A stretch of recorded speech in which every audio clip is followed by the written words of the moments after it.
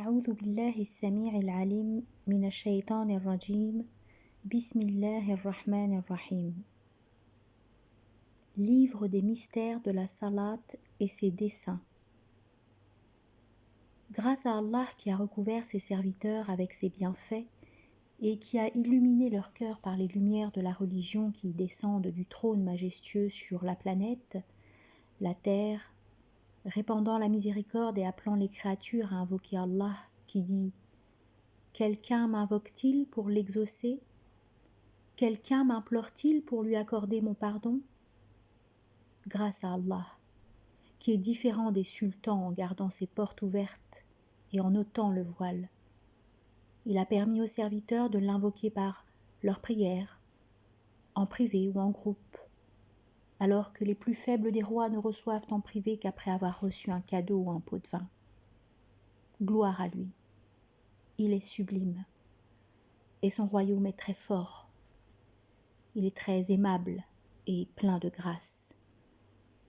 Que la prière soit sur son prophète, sa famille et ses compagnons qui sont les clés de la droiture et les lanternes dans les moments obscurs.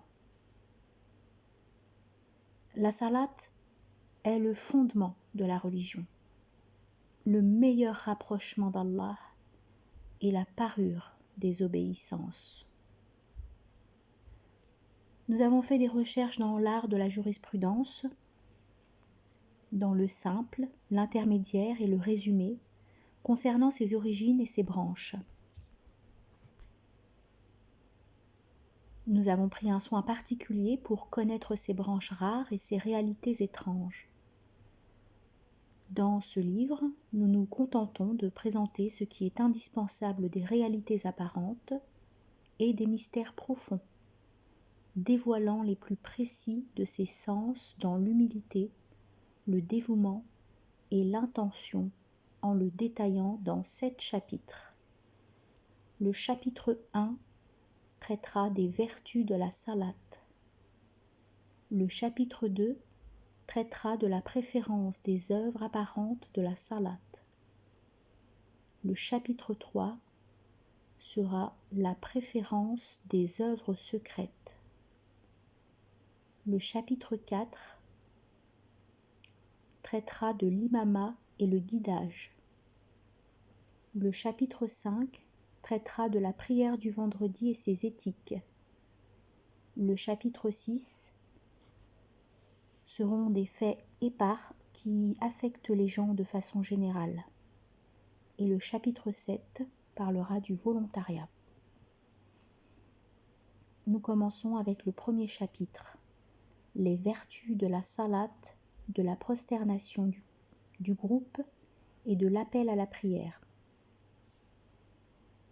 La vertu de l'appel à la prière. Le prophète alayhi salatu wassalam dit: le jour du jugement dernier, 3 seront installés sur un talus de musc noir, attendant leur tour sans crainte. Un homme ayant lu le Coran pour se rapprocher d'Allah et guider les gens dans la prière où ils furent satisfaits de lui, un homme ayant appelé à la prière pour se rapprocher d'Allah, et un homme très occupé par les affaires de la vie sur terre, mais ceci ne l'a pas empêché de faire ses devoirs pour la vie dans l'au-delà. Le prophète alayhi salatu wassalam dit: toutefois qu'un djinn ou une créature humaine entende l'appel à la prière, il témoigne en sa faveur le jour du jugement dernier.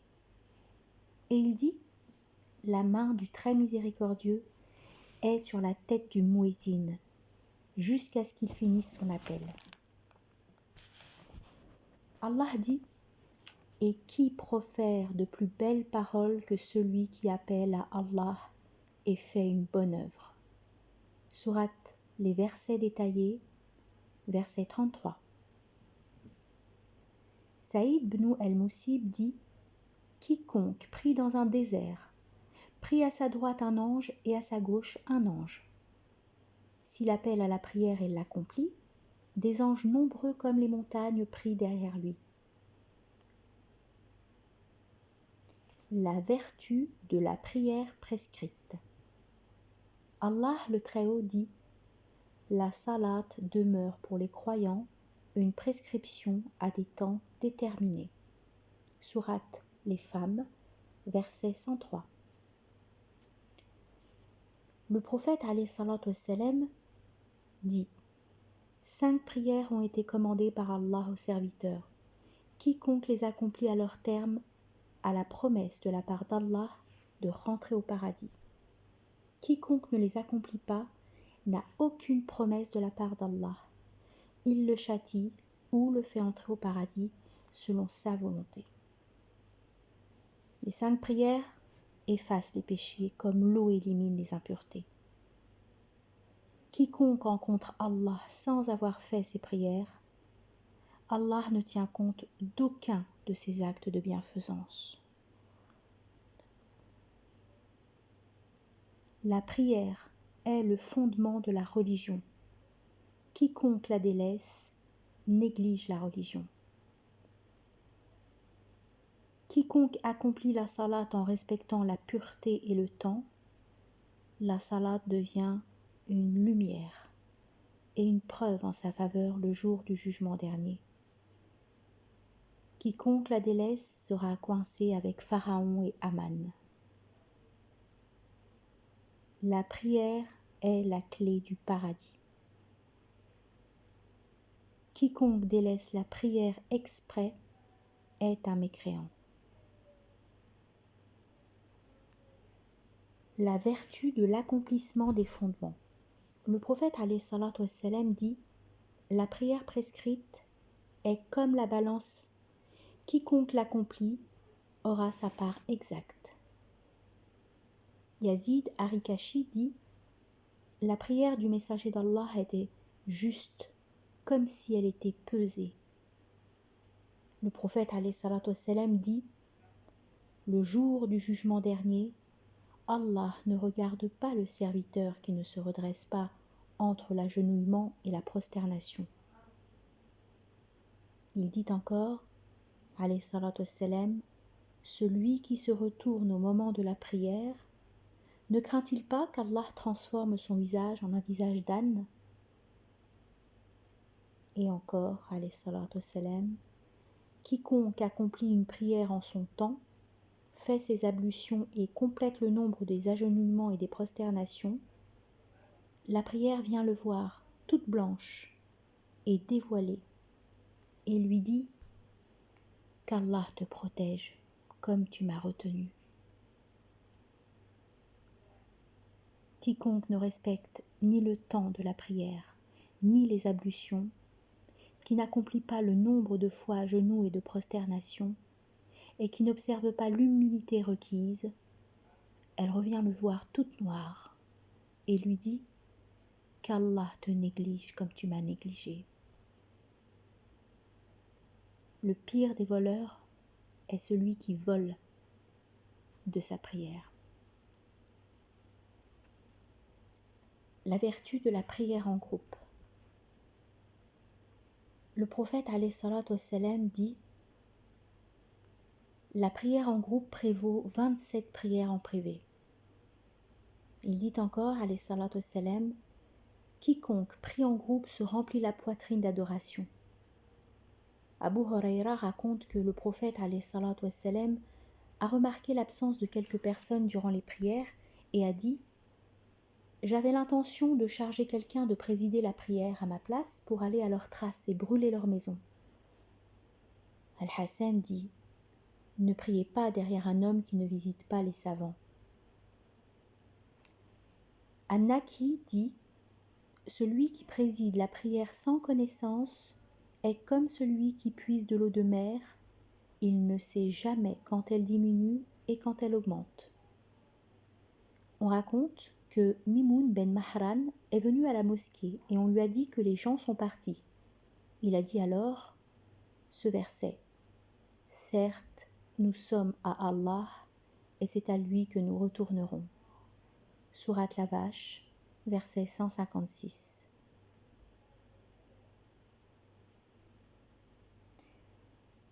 Et il dit: je préfère cette prière pour ses vertus à la wilaya de l'Irak. On raconte que les prédécesseurs se présentaient les condoléances pendant 3 jours lorsqu'ils rataient le premier appel et 7 jours lorsqu'ils rataient la prière du groupe. La vertu de la prosternation.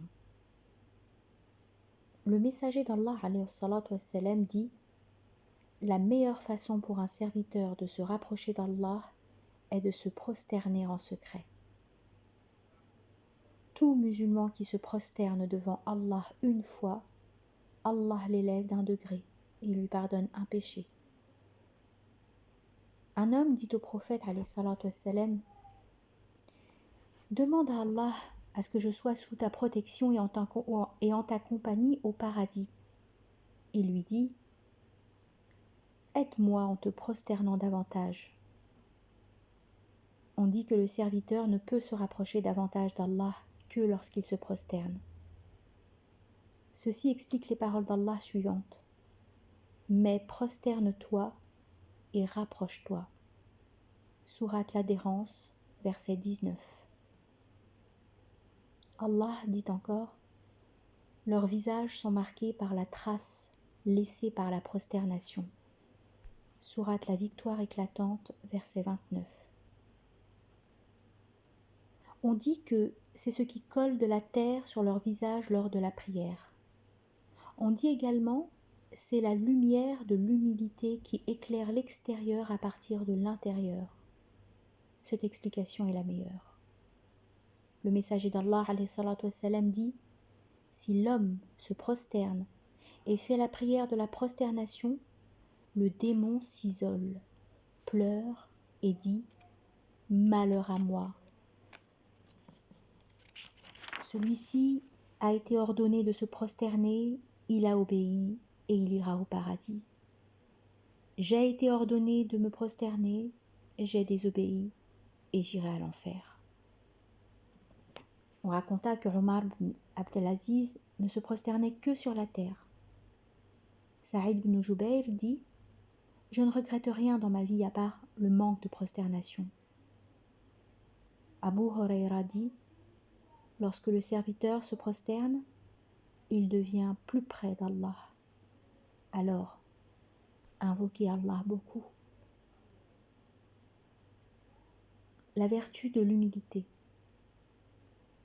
Allah le Très-Haut dit « Et accomplis la salat pour te souvenir de moi. » Sourate Taha, verset 14. Il dit encore, Azza wa Jal, « Et ne sois pas parmi les insouciants. » Sourate Al-A'raf, verset 205. Il dit encore, Azza wa Jal, « N'approchez pas la salat alors que vous êtes ivre, jusqu'à ce que vous compreniez ce que vous dites. » Sourate les femmes, verset 43. On dit ivre à cause des soucis et on dit ivre tellement qu'on aime la vie. Wahhab dit, on veut dire l'apparence.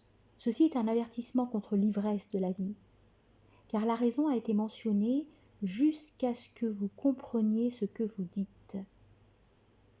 Combien d'hommes ne connaissent pas ce qu'ils disent dans la salate alors qu'ils n'ont pas bu d'alcool? On raconte qu'Allah dit dans les anciens livres « Je n'accepte pas la prière de tout homme qui prie, mais j'accepte la prière de celui qui s'humilie devant ma grandeur, qui n'est pas orgueilleux et qui donne à manger aux pauvres. » Le prophète alayhi salatu wassalam dit « Si vous faites une prière, que la prière d'un mourant. » C'est-à-dire en disant adieu à la passion et à la vie pour aller vers le Créateur. Comme dit Allah dans les versets suivants, « Ô homme, toi qui t'efforces vers ton Seigneur sans relâche, tu le rencontreras. » Sourate la déchirure, verset 6. Il dit encore, Azza wa Jal, « Et craignez Allah. » Alors, Allah vous enseigne. Sourate la Vache, verset 282. Il dit encore, Allah Ta'ala, « Craignez Allah et sachez que vous le rencontrerez. » Sourate la Vache, verset 223. Le prophète alayhi salatu wassalam dit: celui que la prière n'éloigne pas de la turpitude et de ce qui est prohibé ne fait que s'éloigner d'Allah. La prière est l'invocation d'Allah. Comment peut-on les faire lorsqu'on est inconscient? Aïcha, qu'Allah en soit satisfait, dit: le prophète alayhi salatu wassalam dialoguait avec nous, mais quand l'heure de la prière arrivait, on ne s'adressait plus la parole. Le messager d'Allah alayhi salatu wassalam dit: Allah ne regarde pas la salate d'un homme qui n'est pas présent en corps et en cœur. Ali ibn Abi Talib, qu'Allah en soit satisfait, tremblait et rougissait lorsque l'heure de la prière arrivait. On lui dit une fois: qu'as-tu, ô prince des croyants? Il dit: il est l'heure d'une consigne qu'Allah a proposée à la terre, aux montagnes et aux cieux, qu'ils ont refusé de garder et se sont éclipsés, mais je l'ai accepté. David, que la prière d'Allah et son salut soient sur lui, dit dans sa prière: Allah, qui habite ta maison et qui est celui dont la prière, qui habite ta maison et qui est celui dont la prière est acceptée. Allah l'a inspiré: ô David, j'invite dans ma maison et j'accepte la prière de celui qui s'humilie devant ma grandeur, qui passe la journée à m'appeler, qui évite la concupiscence, qui donne à manger aux affamés, qui reçoit l'étranger et qui est miséricordieux avec ceux qui subissent des malheurs. Ces actes font éclater sa clarté dans les cieux comme le soleil. S'il m'invite et me demande quelque chose, je la lui accorde. Je lui donne la sagesse au moment de l'ignorance et la clarté au moment de l'obscurité. Parmi les gens, il est tel un paradis en haut des jardins. Ses fleuves ne seront jamais à court d'eau et ses fruits ne changeront jamais. Ibn Abbas, qu'Allah en soit satisfait, dit: 2 fois à genoux avec méditation valent plus que la prière durant 1000 nuits avec un cœur insouciant. La vertu de la mosquée et de l'endroit de la prière. Allah le Très-Haut dit: ne peupleront les mosquées d'Allah que ceux qui croient en Allah et au jour dernier. Sourate le Repentir, verset 18. Le messager d'Allah, alayhi salatu wassalam, dit: quiconque construit une mosquée, même toute petite, Allah lui édifie un palais au paradis. Et il dit: quiconque s'habitue à la mosquée, Allah s'habitue à lui. Le voisin de la mosquée doit prier à la mosquée. Si vous voyez qu'un homme est habitué à fréquenter la mosquée, témoignez qu'il est croyant. Saïd ibn al-Musayyib dit: quiconque s'assied dans la mosquée et tient un dialogue avec son Seigneur ne doit dire que du bien. On dit: le dialogue entre les présents à la mosquée extermine les actes de bienfaisance comme les animaux qui broutent les herbes. Ali ibn Abi Talib, qu'Allah en soit satisfait, dit: lorsque le serviteur décède, sa mosquée déplore sa mort sur terre aussi bien que ses bonnes actions au ciel. Puis, il lut le verset suivant: ni le ciel ni la terre ne les pleurèrent, et ils n'eurent aucun délai. Sourate la fumée, verset 29. Ibn Abbas dit: la terre le déplore durant 40 matinées. Et on dit: toute maison habitée par des gens, cette maison prie pour eux ou les maudit.